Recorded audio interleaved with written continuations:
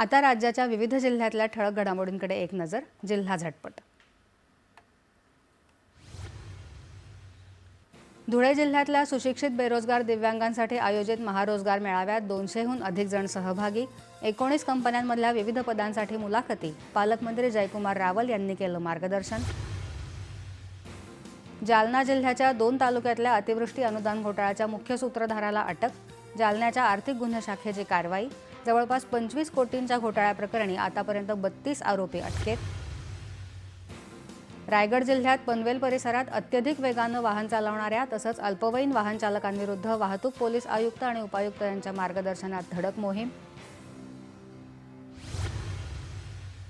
आणि यवतमाळमध्ये वाधवानी फार्मसी महाविद्यालयात खो खो स्पर्धेचं यशस्वी आयोजन. तंत्र शिक्षण संचालनालयाच्या अमरावती प्रादेशिक कार्यालयाअंतर्गत 24 संस्थांमधल्या विद्यार्थ्यांचा सहभाग. वळूया पुढच्या बातम्यांकडे.